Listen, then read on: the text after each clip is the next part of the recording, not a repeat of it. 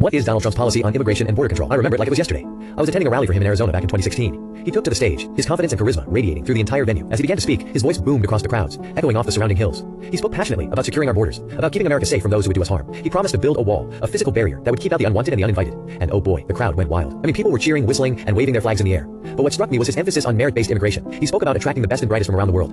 People who would contribute to our economy, our culture, and our society. He promised to create a system that would favor those with skills, education, and a willingness to work hard, rather than simply granting entry to anyone who showed up at the border.